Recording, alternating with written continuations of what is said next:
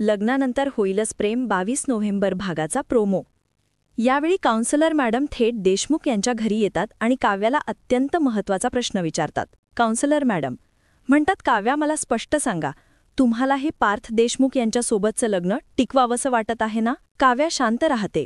तिला हो म्हणायचं असतं, पण ती बोलू शकत नाही. काव्याच्या मनात गोंधळ सुरू असतानाच मॅडम पुढचा डाव टाकतात.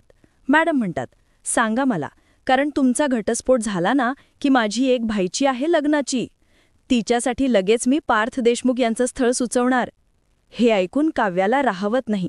तिचा संयम सुटतो आणि ती चिडून बोलते. काव्या म्हणते, काय संबंध? पार्थ देशमुख माझा नवरा आहे, मी त्यांची बायको आहे.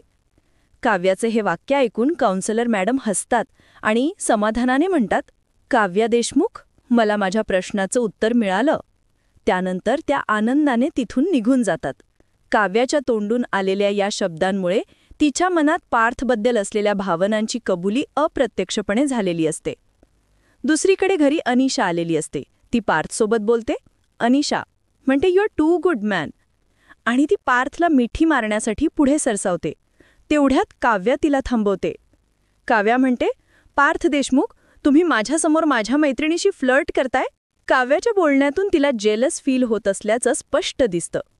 काव्याचे हे वागणं पाहून पार्थच्या मनातल्या मनात आनंद होतो. तो विचार करतो. पार्थ मनात म्हणतो, 3 महिन्यात बरीच प्रगती आहे काव्यामध्ये.